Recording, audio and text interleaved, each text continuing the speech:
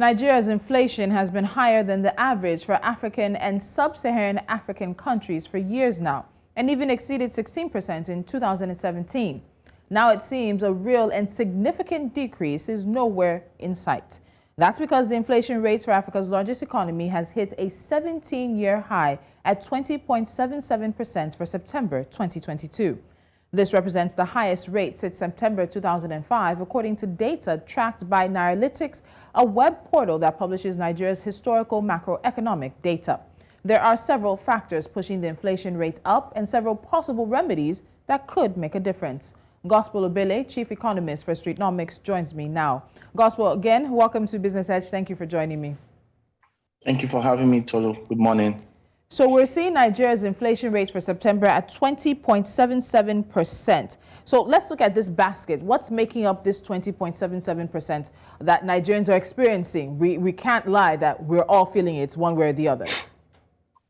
Yes, very true. To a very large extent, food, bread, tomatoes, onions, beans, food items are the first basket of items that are shaping inflation within the country. Then you also want to think of agricultural items, towards fairly upwards on the value chain, and every other core items outside food primarily.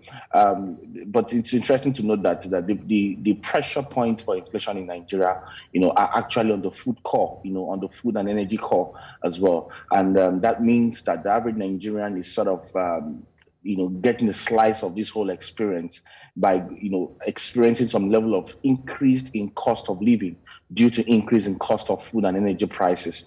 And so when that happens, it also increases the share of amount of money spent on these things, when you look at it vis-a-vis the disposable income. So these are the major area, and this is the reason why it's a key conversation for Nigeria and Nigerians at this time. So this food inflation is one we've been watching for the past several months. And even if you would look at it the past several years as it is, it'll go up a few months and then take a bit of a dip. And there's some bit of interesting movement in the numbers. So let's look at this. Food inflation rate in September 2022 was 23.34% on a year-on-year basis, marking an uptick from 23.12% recorded the month before. But on a month-on-month basis, the food inflation rate was actually around 1.43%, marking a 0.54% decline in the rate that was recorded in August, which was around 1.98%. So when you look at these figures, one going up on a year-on-year basis, one decreasing for the month-on-month basis, there might be a bit of a confusion for the average Nigerian looking out here. What numbers should we be focused on? What numbers should we be concerned about when it comes to food inflation? I think what we have all those comparison between last year, last month, for basic policy decisions, that need to be taken. But the average Nigerian is concerned about what's happening today and what has been happening since the year started. And that's the conversation here.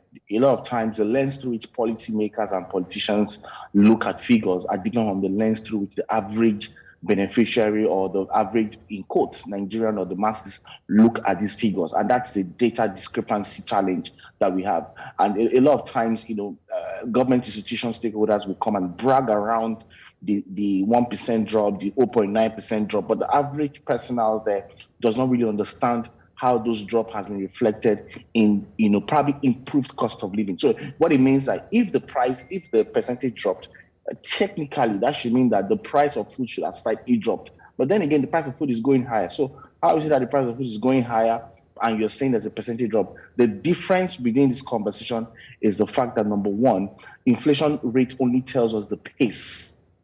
Inflation is the rise of goods and services over a period of time, but inflation rate talks about the pace of that increase. So even if you're having a drop from 1%, 1.98 to 0 point something, or a slight increase, what it simply tells you is that the price is increasing, but at a slower pace, or the price is increasing at a faster pace. That's just this jargon. And because a lot of the masses are not properly educated in the economics, and that's where the world is going. If you don't understand the economics of things, you'll be trapped, and there is a high chance that such an individual or group of individuals will remain poor. All right. These conversations, these figures are what institutional stakeholders use to sort of like gain some political correctness. But in the real sense of things, these numbers are not correct, because the reality of these dynamics and even the basic explanation of how these rates work are different. So prices are still increasing, but what that simply means that it increased at a slower pace. So I like something you said, which was we need to look at this as to what the situation is today. And when we continue with this food inflation, we can't ignore the fact that around 27 out of Nigeria's 36 states right now have been impacted by a high level of flooding. We know about over 2 million, around 2.5 million Nigerians are internally displaced because of the floods. But basically, to my question now is you had the food basket of Nigeria, including Benue, Nasarawa, Kogi, some of these states literally underwater right now. And we're seeing this food inflation number going up. What do you anticipate we should look out for in the coming months, particularly when the October number comes in, when November numbers come in, what the trend will be when we look at this in the coming months towards the end of the year? I mean, I'm not trying to be pessimistic, but it's going to worsen. It's going to worsen for two particular reasons. Number one, we're getting to the festive period. So retailers and wholesalers who already have stock, already also have access to the information that they may have some supply chain conversations because of the flood in these key states. What that simply means is that they will now increase the price of the average item they have currently on inventory so that they can as well pace up with demand and secure profit margins and all of that. So that's one impact. If you double out as well with the elections that would largely, cost across Q1 next year, then that's going to be a very big challenge and a very big risk. But it also tells you that, we've not taken a lot of things serious in our context. Climate change is real. That's number one. Number two, having to center all your supply on 1, 2, 3 states because that is where, the commercial farming or subsistence farming is happening is also an economic design failure in context. You should have shifted and developed and unlocked those value chains such that even if anything happened within those states, you still secure food for the country. And this has to do a lot around visionary leadership and executing and doing a lot of, uptaking on a lot of tough ground to ensure that you're securing for the future. So we've not even protected the core. We've not secured for the future. And the mess we're in right now is as a result of poor, leadership capabilities to, envisage the future and prepare for the future. And that's where we're in. It's just a mess. And unfortunately, the numbers do show that mess. You have numbers for food inflation coming in over the past several months, and you can see them from the National Bureau of Statistics there year on year, as well as month on month. But giving some of the explanation you've given us, even if it's a decrease, it's just slowing the rate of what unfortunately is inevitable. So let's continue this. Now, when we look at this situation around, there's another set of numbers that I want to get your thoughts on, and that's the urban inflation versus the rural inflation, because it's quite interesting to see how this is playing out for different parts of Nigeria's populace as it may be. So urban inflation rate stood at 21.25% in September 2022 from 17.19%. And then you also had rural inflation, which was at 20.32%. So what does this tell us, particularly about the sort of economic challenges that different parts of Nigeria's population could be experiencing? So the narrative around how it works is, for instance, a lot of these produce are done in rural areas.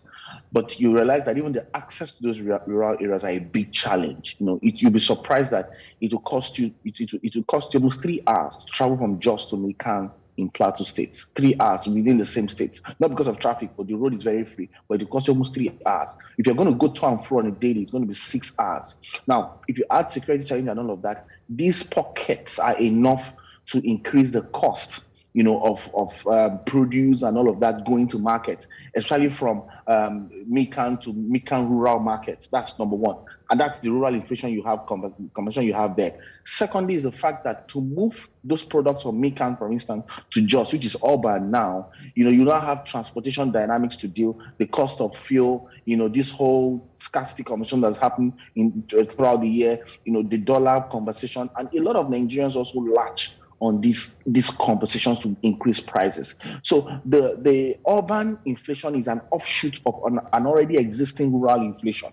And it also worsens on the urban bit because our produce are not grown in the urban block. You get what I mean? So there is still a supply conversation, there is a transportation, there's a mobility conversation that also takes a chunk of this inflationary narrative across and then further transfers it down to consumers in the urban space. So we've seen this a lot of times. It's just simple economics for anybody who's really, really paying attention.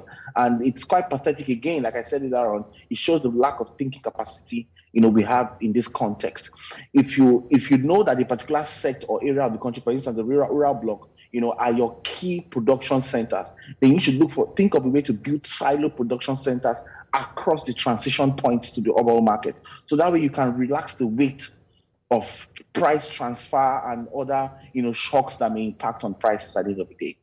So as you mentioned this, you're mentioning shocks. Now, we know that some of the situation that Nigeria is currently facing is imported inflation. It's coming with external factors beyond our control, meeting, unfortunately, situations that we have not been very intentional and deliberate about solving. One of the things we know that has been attended in terms of trying to figure this out is that the CBN's Monetary Policy Committee has raised the benchmark interest rates. They raised it by 150 basis points to 15.5% at the September meeting. This is the highest level in 20 years, and it was also done to curb, hopefully, the rising cost of goods and services. So is this having the intended impact? Yes, it's just a few weeks out, might take a few weeks longer to see. Do you think it will have the intended impact? And have we seen any impact in the past a few weeks when this decision has been taken?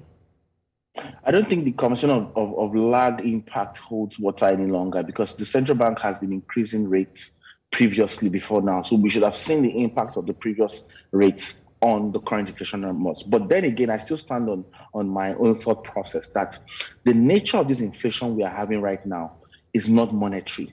So if you're trying to use a monetary, and the truth is that normal economic principles, would suggest to you that interest rates are one of the most significant pathways, to dealing with inflation and all that. But that is built on the premise that the inflation you are dealing with is an increase in, a lot of money chasing few goods, secondary school explanation. But then again, that's not what we are dealing with right now. We are dealing with high-level cost push centers, not necessarily money supply into the economy. But on the other bit of things, some analysts will argue that during the pandemic and all that, a lot of monies were transferred into the system. There was increased money supply for COVID-19 recovery and all that. But the big conversation is this: how much of that money trickled down into the core of the economy, into doing business, into MSMEs, and the people who are suffering from the double effect of inflation now? So I think that the use of interest rates, in as much as it makes sense, we need to rethink how we deploy that tool, plus what other complementary tools need to be co-deployed with interest rates to deal with the inflation menace we face right now. Because the inflation menace we face right now are not really a function of monetary variable or monetary economics. Then again, to speak to the floods in Kogi and Benue State and all that, that's not monetary economics. Yes. That's not interest anything. That is climate change happening right there, and you're not paying enough attention. So the race to conventional thought process would be increase more interest rate, and that's what we've seen all the time in 2023. But I don't think that would be very, very effective in the midterm, especially for more vulnerable economies like Nigeria.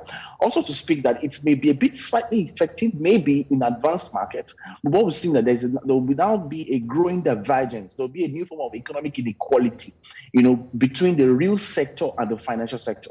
So as you're trying to manage motives, interest in the financial sector, you're hurting the real sector from development, and that may be a fast lead to recession anytime soon.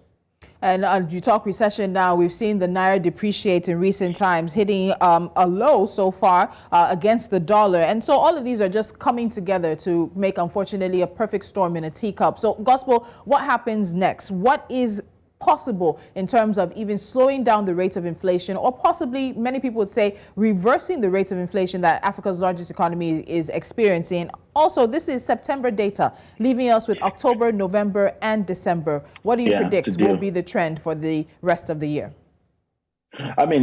First of all, there are two major events happening for the rest of the year. You have the festive periods coming up. The campaigns are also deepening, and you have elections for a whole full quarter, for 2023. So those are a lot of events that from history have always impacted on exchange rates and all of those other economics. Now, take note of all of these things are not exactly monetary. They're just human push and events push on the cost block of doing business and all of that. So we got to say that these things may also impact on cost of living some more, and the cost of living crisis will deepen further down, especially into 2023, because you now have a transition of government question in May, June next year. However, also that presents a lot of opportunities for those who are rethinking the process right. To deal with this inflation menace, to even start with, I do not really think the way Nigeria is positioned right now, or the current process we're using, would be sufficient to deal with it. If it were, it would have brought down inflation long ago, maybe in May or in June or in July.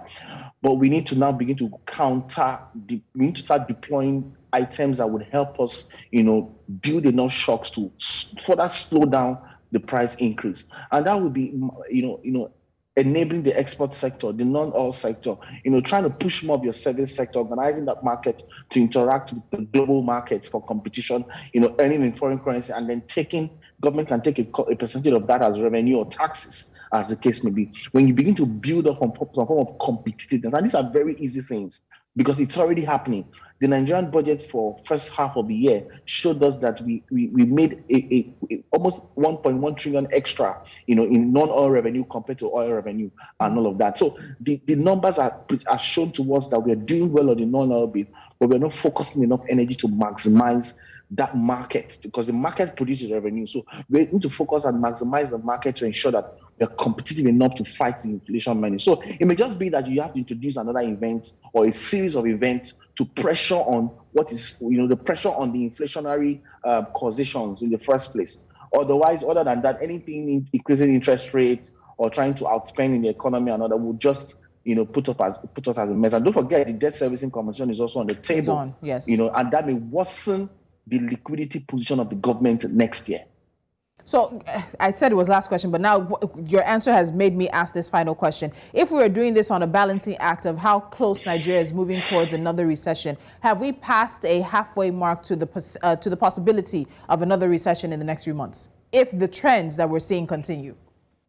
I mean, it depends on how you define recession. If the definition of recession here is 2 quarters of negative growth, that may not be it anytime soon, but maybe. But if the definition is what Nigerians are currently going through in terms of the toughness, the difficulty, the cost of living crisis and all that, we are already in a recession. All right, Gospel Obele, we'll leave it at that. That's the conversation. Thank you for having me. Thank you so much for joining me.